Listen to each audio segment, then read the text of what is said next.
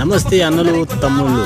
అయితే ఇది మన యాదవ సంఘంలో చిట్టి అని వేసుకుంటారు.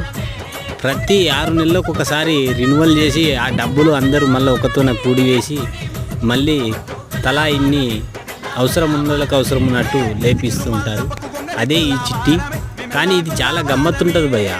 పల్లెటూర్లలో చాలా ఆనందంగా ఆ రోజు మాత్రం 6 నెలల తర్వాత అందరూ ఒకతోని కూడుకొని ఆ డబ్బులు అనేది మళ్ళీ ఒకతోటి వేసి మళ్ళీ అందరికీ సమానంగా ఎన్ని డబ్బులు కానీ సమానంగా పంచి ఇవ్వడం అనేది చాలా గమ్మత్తుగా ఉంటుంది.